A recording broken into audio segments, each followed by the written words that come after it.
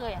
Cookie cookie cookie cookie cookie cookie cookie cookie cookie cookie cookie cookie cookie cookie cookie cookie cookie cookie.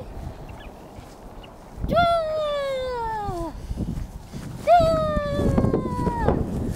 Cookie cookie cookie.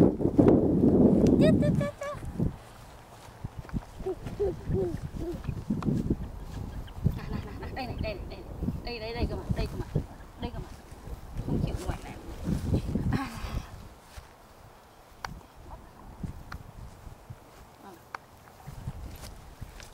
Thôi bỏ kính nhé. Ok. Kính mất ngang mặt bỏ ra. Rồi. Tại vì nó sợ chói mắt không? thì sợ nó chói mắt. Thế thôi, thế thôi. Thế thôi nhá. Tút ti này. Wow. Tút ti. Cười này. Cười. 3, 2